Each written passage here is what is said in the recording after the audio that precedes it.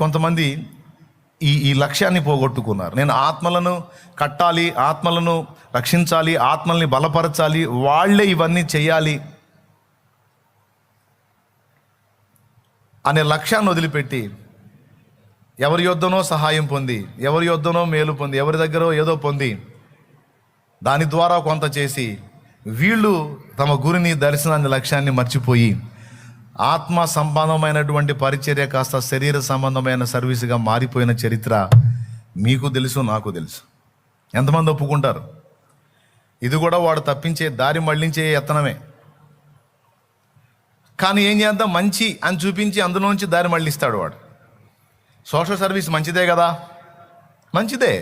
కానీ దాన్ని ఎలా చేయాలి, దాన్ని ఏ విధంగా చేయాలి, దానికోసం ముందు ప్రణాళిక ఏ విధంగా సిద్ధపరచుకోవాలి, దానికోసం ముందు ఇప్పుడు కొంతమంది ఏం చేస్తారు, ముందు మందిరం కడతారు. ఇప్పుడు చాలా సంస్థలు ఉన్నాయి. వాళ్ళు ఏం చేస్తారు, ఊరూర్లో ముందు మందిరం కడతారు. సంఘం ఉండదు, డబ్బులు ఉన్నాయి, మందిరం కడతారు. చివరికి ఆ పల్లెటూరులో ఆ మందిరాల్లో బరిగొడ్లు కట్టేసుకుంటారు. నేను చూసా, వర్షం పడ్డప్పుడు బరిగొడ్లని ఆ మందిరంలో కట్టేసుకుంటారు. కావాలంటే మీరు కూడా చూడొచ్చు. ఇప్పుడు డబ్బులున్నాయని మందిరం కట్టడం కాదు, ముందు సంఘాన్ని కట్టాలి. దేన్ని కట్టాలి? సంఘాన్ని కట్టాలి, సంఘాన్ని బలపరచాలి, ఆ సంఘమే మందిరాన్ని కట్టాలి. అది పద్ధతి. అర్థమైందా? అది గుడిసైనా, పందిరైనా, పాక అయినా, రేకుల షెడ్ అయినా, బిల్డింగ్ అయినా సంఘమే కట్టాలి. దేవుడు నాకు నేర్పిన అలవాట్లు ఇది కూడా ఒకటి. నువ్వు కట్టు సంఘాన్ని. ఒక ఇంట్లో కూటం పెట్టి అవసరమైతే ఒక ఇంట్లో, ఒక వరండాలో, ఒక పంచలో, లేదా చెట్టు కింద అయినా సరే కూటం పెట్టి ముందు సంఘం కట్టు. సంఘం మందిరాన్ని కట్టుకుంటుంది. ఇది పద్ధతి. అంతేగాని అక్కడ తీసుకొచ్చి అక్కడ తీసుకొచ్చి నువ్వు మందిరం కట్టి సంబరపడితే కాదు. మందిరం ఉండి సంఘం లేకపోతే ప్రయోజనం ఉంది. నేను చెప్పినట్టు గేదెలను కట్టేసుకోవడానికి పనికొచ్చి ఎందుకు పనికిరా. లేదా పల్లెటూళ్ళలో కోళ్ళ ఫామ్ పెట్టుకుంటారు. ఇక అందులో ఫారం కోళ్ళ పెంపకం లేదా నాటుకోళ్ళ పెంపకం పెట్టుకుంటారు. ఇక అంతకు మించి ఎందుకు పనికిరా. కాబట్టి ఏది ముందు ఏది తర్వాత అనే విషయంలో క్లారిటీ మిస్ అయినందున కొంతమంది తేడా పడ్డారు. ఆత్మల సంపాదన మీద మనసు వదిలిపెట్టేసి సోషల్ సర్వీస్ మీద పడేసి చివరికి అటు కాకుండా ఇటు కాకుండా అయిపోయిన చరిత్రలో ఇంతమంది ఉన్నాయి. ఇది కూడా శత్రువు యొక్క కుట్రలో భాగమే, దారి మళ్లించేటువంటి ప్రక్రియ. మీరే కాదు, ఇక్కడ ఈ మాటలు చాలామంది వింటారు కాబట్టి అందరికీ ఉపయోగపడుతుందని చెప్తున్నాను నేను. దారి మళ్లించేటువంటి కుట్ర సాతాను చేస్తాడు కనుక అక్కడ కూడా జాగ్రత్త పడాలి. ఇది ఒక కుట్ర. ఫస్ట్ది ఏం చెప్పాను, శరీరేచ్ఛలు రెచ్చగొడతాడు, చిక్కితే తొక్కుతాడు, నంబర్ 1. నంబర్ 2, శ్రమల పాలు చేసి ఇబ్బంది పెడతాడు, వాటికి భయపడి వెరచినట్లయితే అక్కడ కూడా తొక్కుతాడు. 2. మూడవది, ఆత్మ సంబంధమైన వ్యక్తిని సోషల్ సర్వీస్ వైపుకు మళ్లించి సామాజిక సేవని భౌతికమైన సేవ వైపు తిప్పుతాడు. రెండిట్లో ఏది విలువైంది? భౌతిక సేవ ముఖ్యమైందే, ఆధ్యాత్మిక సేవ ముఖ్యమైనది. అయితే రెండిట్లో మొట్టమొదట మనం గ్రహించాల్సింది ఏంటంటే ఆధ్యాత్మిక సేవ. నా స్తోత్రం చెప్పండి, నా గట్టి చెప్పు.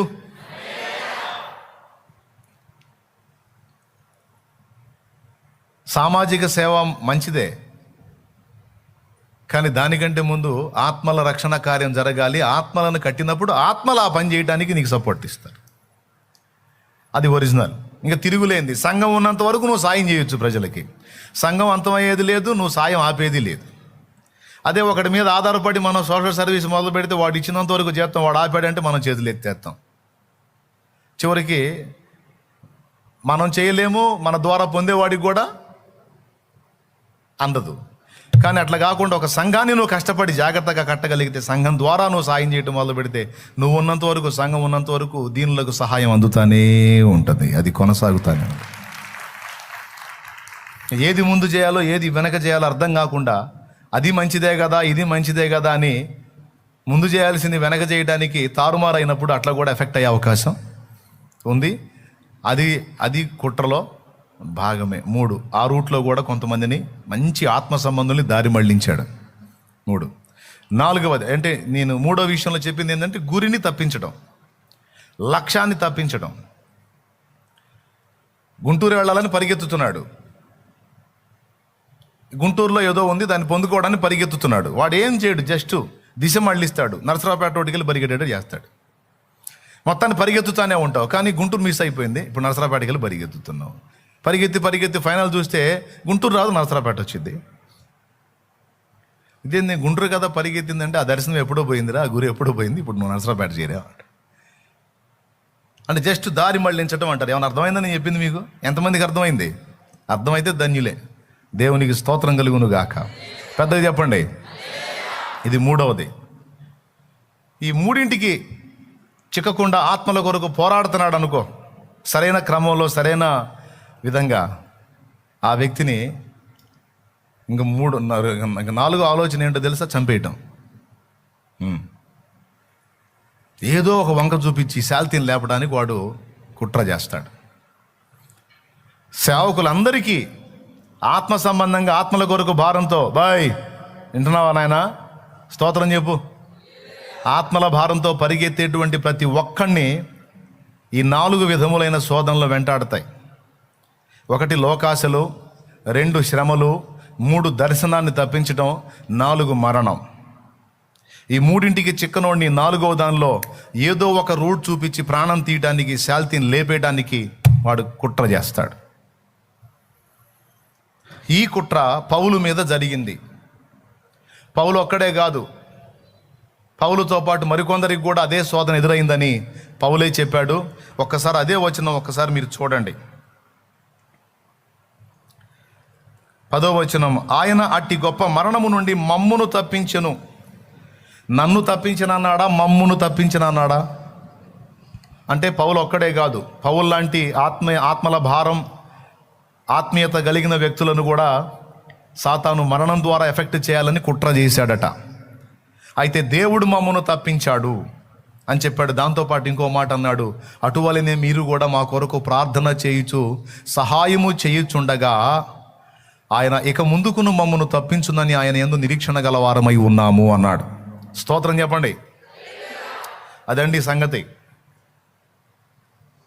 మేము ప్రార్థన చేశాము, మాతో పాటు మీరు కూడా ప్రార్థన చేశారు. మేము చేసిన ప్రార్థన అరాకొరా, కానీ మీరు అనేకులు కలిసి ఏక మనస్కులై మా కోసం ప్రార్థన చేశారు గనుక మా భద్రత కొరకు, మా క్షేమం కొరకు, సాతాను యొక్క మరణం నుండి మమ్మల్ని తప్పించడం కోసం మీరు ఏక మనస్కులై భారంతో ప్రార్థన చేశారు గనుక దేవుడు మమ్మలను తప్పించాడు అని చెప్పాడు. ఇది మీరు మాకు చేసిన అద్భుతమైన సహాయము అని పౌలు మాట్లాడాడు. ప్రిలారా, ఎన్నో రకాలుగా సేవకుల్ని ఆత్మ సంబంధమైనటువంటి దేవుని పని చేయగోరి ఆత్మీయంగా దేవుని కొరకు ముందుకు కొనసాగగోరినటువంటి భక్తులను చాలామందిని ఎన్నో రకాలుగా దెబ్బతీస్తూ ఉన్నాడు శత్రువు. కొంతమందిని అయితే మంచి ఆసక్తి పరులను దుర్బోధలోకి నెట్టేశాడు. ఇదొక పాయింట్. అబద్ధ బోధలోకి నెట్టేశాడు. వాళ్ళకి మంచి ఆసక్తి ఉంది, మంచి తీవ్రత కలిగిన వాళ్ళు, మంచి ఆత్మ సంబంధమైన మనసు కలిగిన వారు. ఎక్కడో కాదు, చిలకలూరుపేటలోనే నాకు తెలిసిన కొంతమంది వ్యక్తులు తెలుసు, కొంతమంది భక్తులు తెలుసు. ఒక సహోదరుడు ఉన్నాడు, పరిశుద్ధాత్మ అభిషేకాన్ని గురించి పాటలు పాడాడు, ఆత్మల కొరకు భారంతో మొరపెట్టాడు, ప్రార్థన చేశాడు, చాలా గొప్పగా దేవుని కొరకు ప్రయాసపడ్డ ఒక సహోదరుడు తెలుసు నాకు. కానీ ఈరోజు తప్పుడు బోధలో చిక్కుబడిపోయి పూర్తిగా ఆత్మీయ విషయంలో ఆరిపోయాడు. నిజంగా నేను అనుకున్నాను, చాలామంది ఆత్మలను రక్షించగలుగుతాడు ఈ సేవకుడు, చాలామందిని ప్రభావితం చేయగలుగుతాడు ఈ సేవకుడు అని నేను చాలా ఆశించాను. కానీ ఆటోమేటిక్గా తప్పుడు బోధ చేత త్రిప్పబడి నిష్ప్రయోజకమైన పాత్ర అయిపోయాడు. కనీసం ఒక 100 మందిని కూడా ప్రభావితం చేయలేని పరిస్థితికి వచ్చినటువంటి దీనస్థితికి దిగజారిపోయాడు. కేవలం దుర్బోధ వైపు తిప్పటం వల్ల సాతాను దుర్బోధ వైపు మళ్ళించాడు. ఇలాగా 4 రకాలుగా దెబ్బతీయటాన్ని చూస్తాడు, తప్పించుకుంటే ప్రాణం తీయటాన్ని కూడా చూస్తాడు. ఈ గండాలన్నీ వినండి బాగా, ఈ గండాలన్నీ సేవకులను, సేవకురాండ్రను, ఆత్మల భారం కలిగిన వాళ్ళని దేవుని కొరకు పరిచర్య చేయగొన్న పరిచారకుల్ని, పరిచారకురాండ్రని, విశ్వాసుల్లో కూడా ఆత్మల భారంతో సువార్త ప్రకటింపగోరే వాళ్ళని, దేవుని కొరకు తృష్ణ కలిగిన వారిని ఇన్ని రకాలుగా ఎఫెక్ట్ చేయడానికి శత్రువైన సాతాను నిరంతరం దృష్టి పెడతాడనేది మీరు తెలుసుకోవాల్సిన సత్యం. మరి ఇలాంటి పరిస్థితుల్లో ఉన్న వారిని కాపాడాలి అంటే దేవుడే జోక్యం చేసుకుంటే తప్ప శత్రువు బలవంతుడు కాబట్టి వాడి చేతుల్లో తప్పించుకోవటం అసాధ్యం.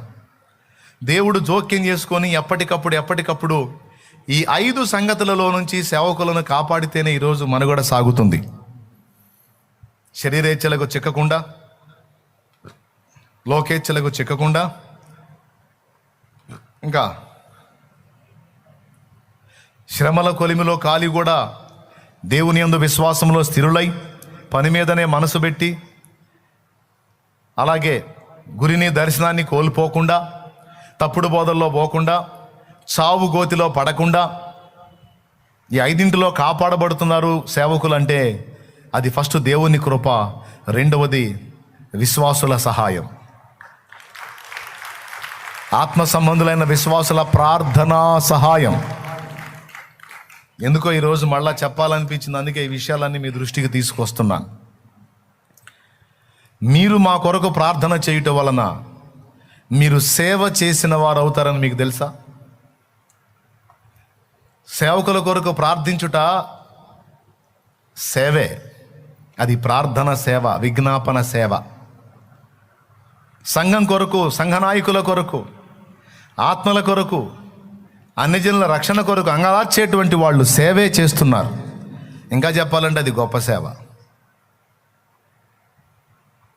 చాలామందికి తెలియదు. నేను ఈ ప్రార్థన చేస్తూ ఉన్నాను, నేనేం చేయటం లేదు కదా అని అనుకుంటారు. నేను చెప్తున్నాను, నువ్వు నిజంగా ఒకసారి చేసే ప్రార్థన రోజుకి 2-3 సార్లు నువ్వు చెయ్యి.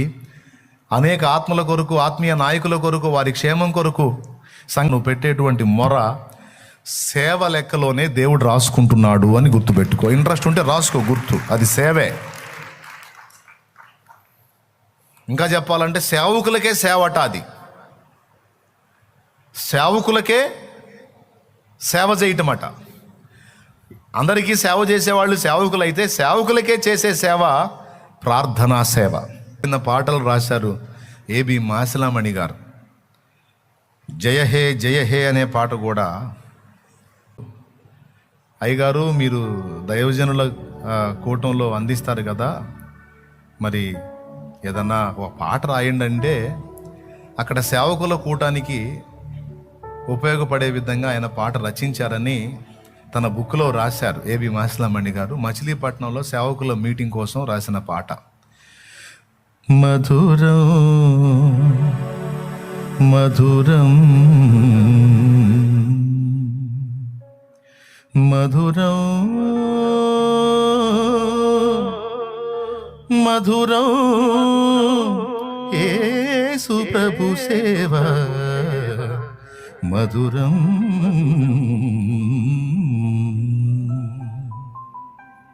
నువ్వు పాడనని పాడుతున్నావు ఏంటంటే ఆ పాట చూస్తే నాకు లాగిద్ది మనసు, అంతే బలహీనత, వీక్నెస్ అయిపోయి.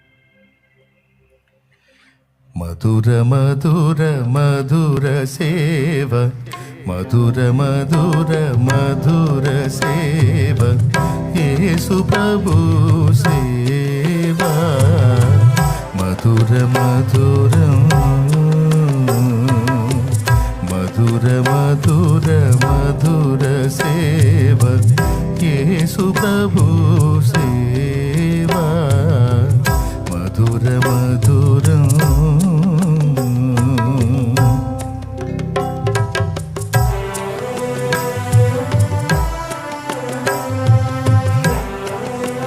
సేవలు ఎన్ని రకాలు ఉన్నాయో చెప్పాడు ఇందులో.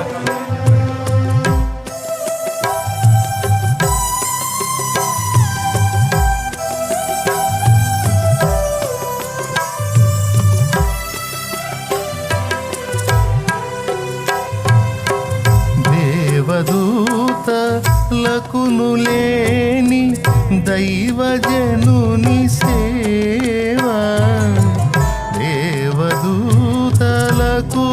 లేని దైవజనుని సేవ, దేవసుతుని సంగ మధురమౌ సువార్త సేవ. సంఘ సేవ అంటే కాపరి సేవ, సువార్త సేవ అంటే సువార్థికుని పరిచర్య. మధుర మధుర మధుర సేవ యేసు ప్రభు సేవ, మధుర మధురం.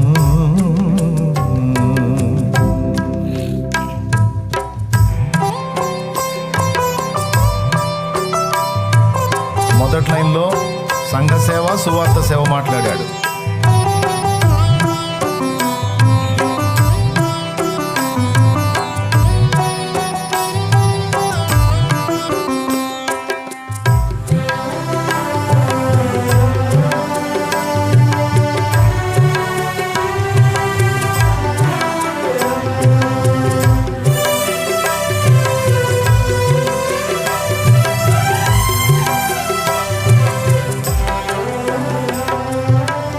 పరిశుద్ధాత్మ ప్రోక్షణముచే ప్రజ్వరిల్లు సేవా, పరిశుద్ధాత్మ ప్రోక్షణముచే ప్రజ్వరిల్లు సేవా, పరిమళించు వాక్య సేవ ప్రతిఫలించు సాక్ష్య సేవ,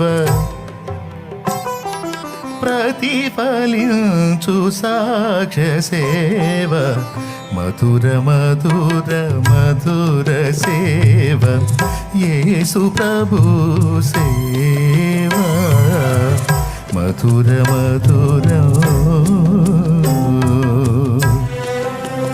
అందులో ఏం చెప్పాడు? వాక్య సేవ. నాలుగవది సాక్ష్య సేవ.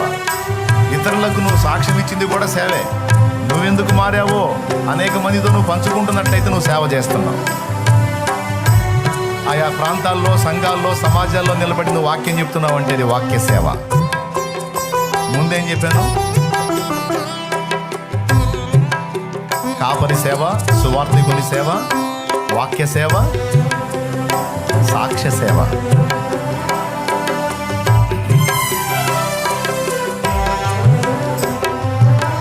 ప్రభుని పేర ప్రజల ఎదుట ప్రవచనాల సేవా,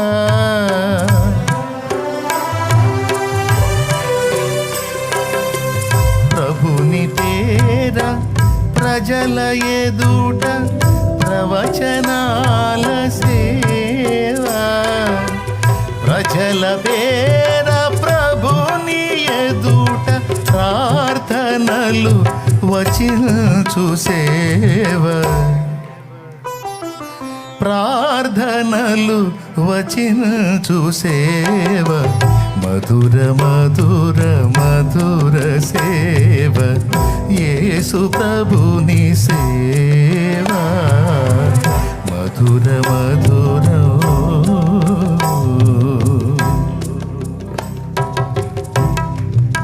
ఏమండి, మనకు కావాల్సిన మాట వచ్చింది.